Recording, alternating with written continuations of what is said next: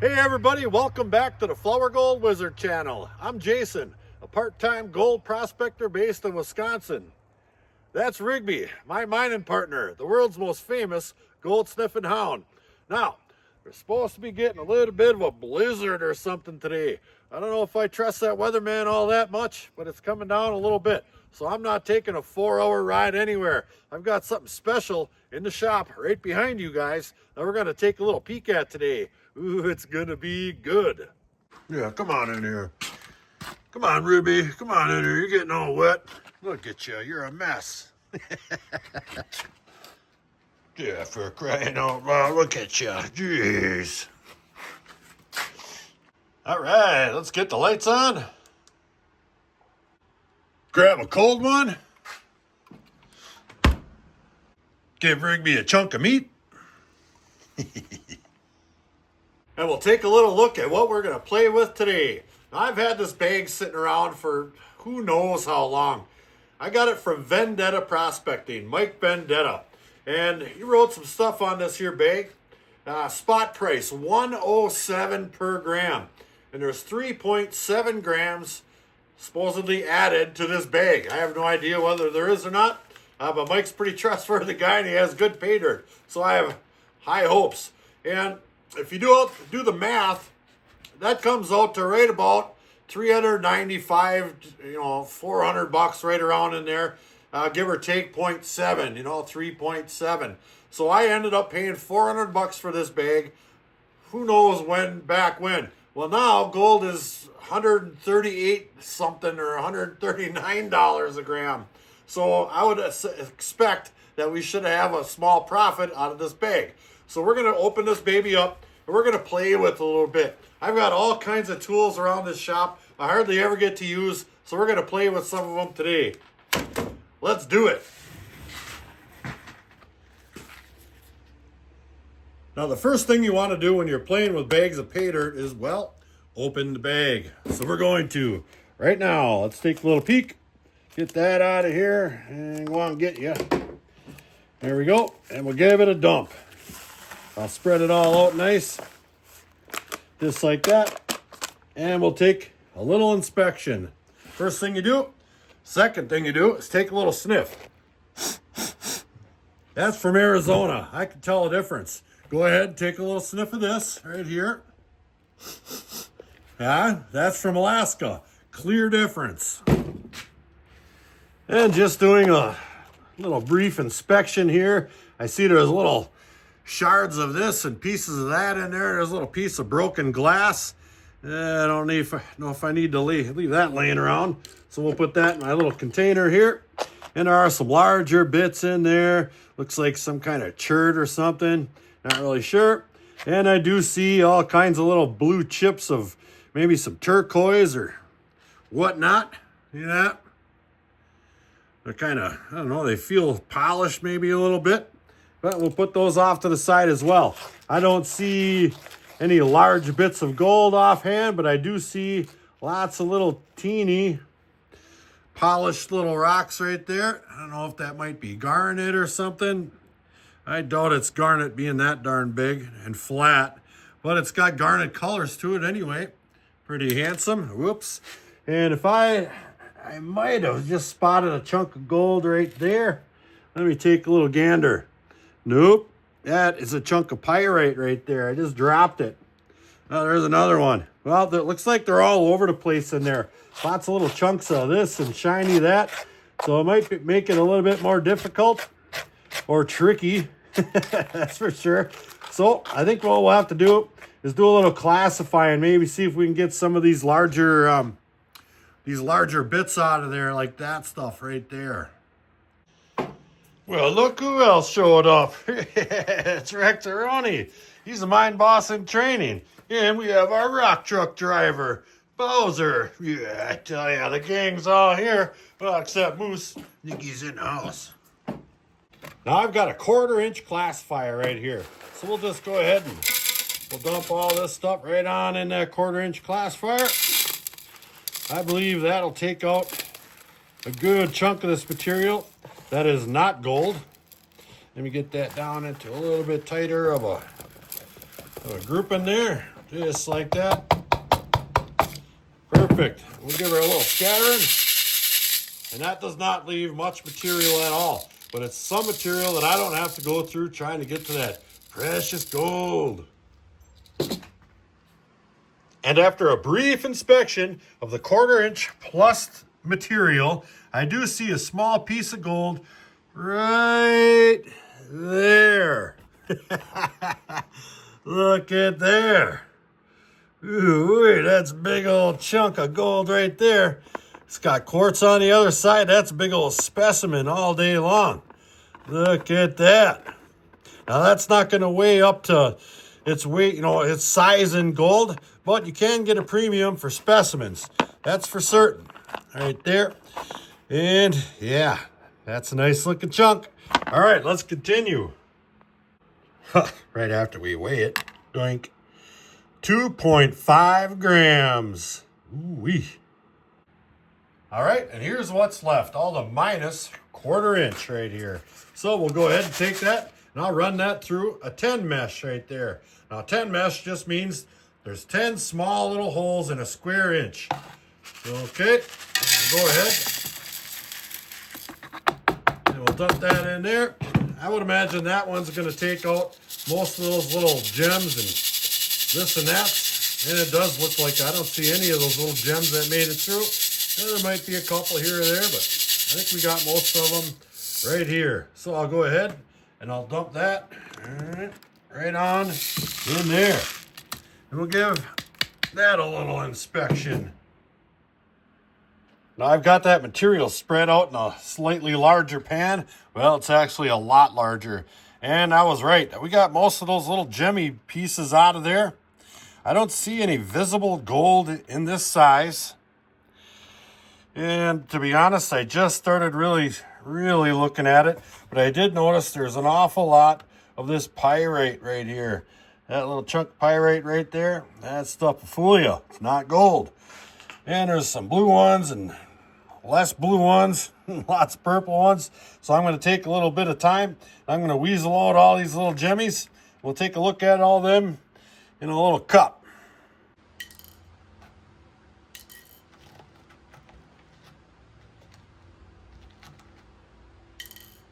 I got to tell you, picking those little gems out of there is monotonous. So I instructed Rigby to give me a hand. But then I remembered, no thumbs. Sorry, buddy. And here's a bunch of those gems. The little blue rocks and some of the pyrites all picked out of there. And that's going to be good enough for now. I did not spot any gold in that size. So I'm going to classify one more time right here. And this time we're going to use a 30 mesh. And we'll go ahead and we'll dump all that in that 30 right there. Just like that. Should be able to get it all in there. There it goes. Yep, piece of cake. A little bit dirty dirt too. Got a little bit of dust left in there. Piece of cake. We'll go ahead and shake that one on out. Yeah, look at that dust cloud forming over there. Yeah. Jeez. And that's probably, I would bet that's pretty close to half. Half above and half below. Yeah, looks to be about right. We'll go ahead and dump that one out in my pan over here. There we go. Then we'll visually inspect both of these for gold. And then we're going to play a little bit more. Now in the plus 30s right here, just standing back here, you're not going to be able to spot a whole lot. But if you get up close and personal, after you shimmy it around just a little bit, you can start to pick out little pieces of gold starting to show up around them little edges right there. Lots of little flaky, shiny gold. Oh, yeah. So we're going to go ahead and we're going to pan this one just because it's so darn easy. All right. Grab some water.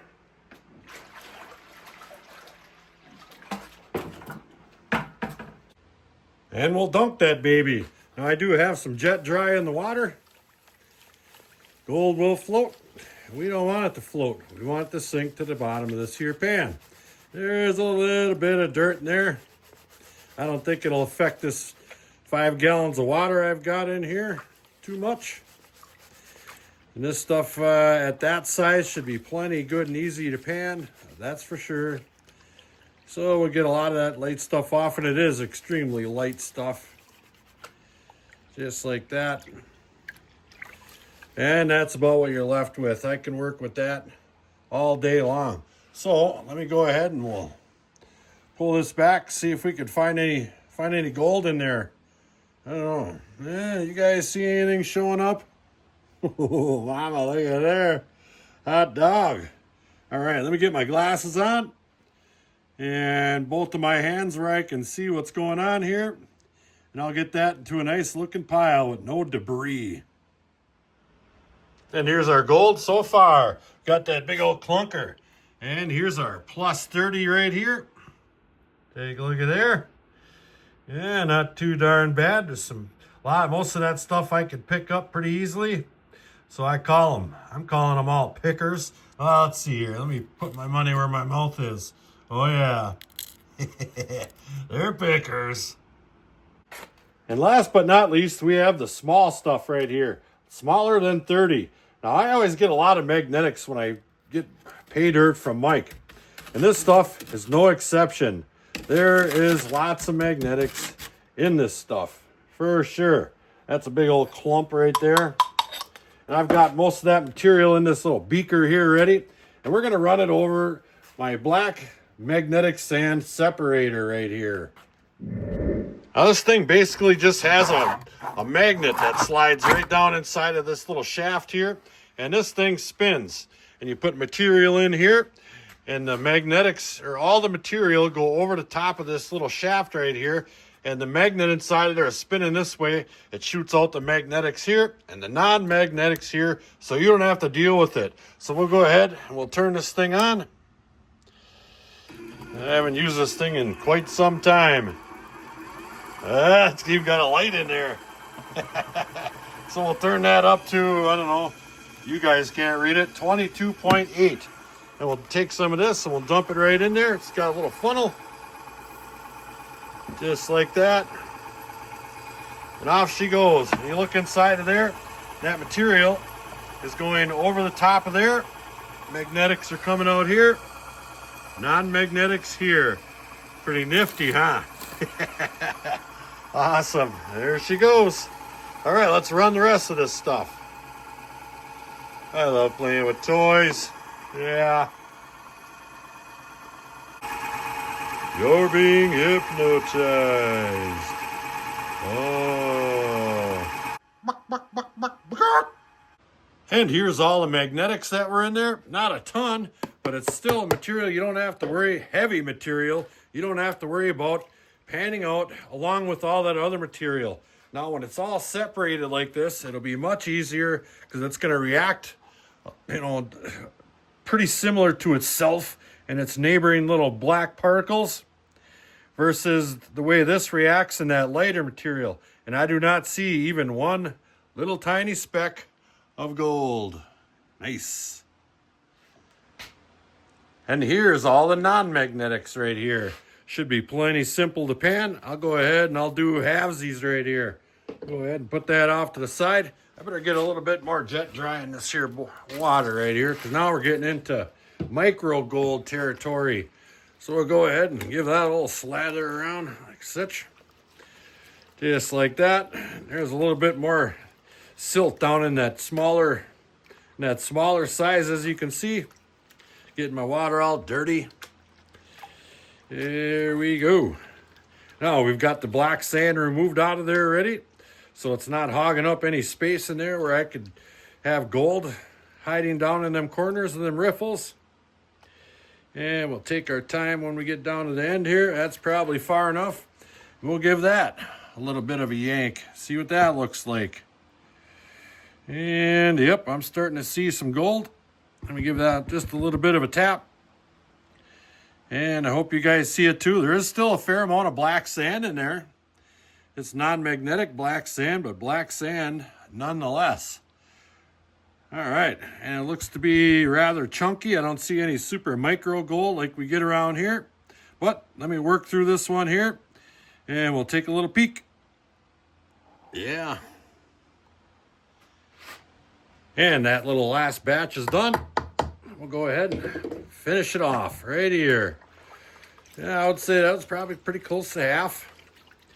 And I think I got the dirtier half here though. That looks a little more silty than that first one. Well, we're used to that around here. That dirt I get from Alaska is the dirtiest dirt that ever dirted. There we go. Hope I see some micro gold in here. That is my favorite. Yeah, finding chunks and pickers and all that, that's fine and dandy. But I really enjoy the flour gold 100%.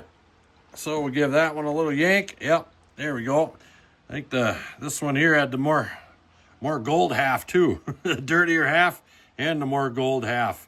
Awesome. So let me get that into a little container. We'll take a look at everything together. And we've got it. That's all the smaller material, our mid-size material, and our big clunker. So let me get these dried out, weigh them up, see if that bag was worth 400 bucks.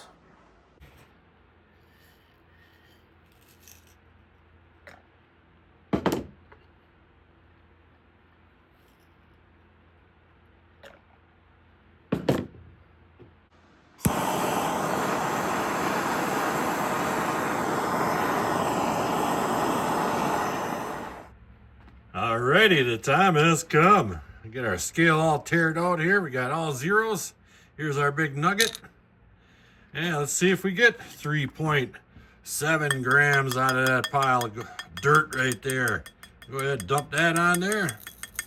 What do we got? 2.9, 3.4, 3.76, 3.92. Hey, what do you know? Well, what the heck? We got 3.92. That's a little bit more than it said on the bag. And I just went and looked up the exact price per gram for gold today, and it's at $135.38. So that times 3.92 comes to $530.69. Now that's not 100% 24K gold, but if you use it in pay dirts and you sell it online and trade specimens and this and that, you can oftentimes get 24K prices for it. So, did we make any money today? Yeah, about $130.69. Well, I wanted to get out in the field today, but the weatherman talked us out of it. I didn't want to risk driving 4 hours with me and Rigby or me and the other boys in the truck just to get stuck somewhere. And we chose poorly. Well, we still had fun anyway. Got the pants of dirt I had sitting around here for who knows how long, and we made a couple of bucks on it. Thank you again, Mike. That was a nice bag and a fun bag. So, hope you guys enjoyed the episode. We sure enjoyed making it. Until the next episode, like, share, subscribe. Please do leave a comment. It helps build our channel. Flourgoldwizards, out. Oh, let's check on the big blizzard. Oh, it's really blizzarding out here. I tell you what, me and that weatherman are going to have us a talk.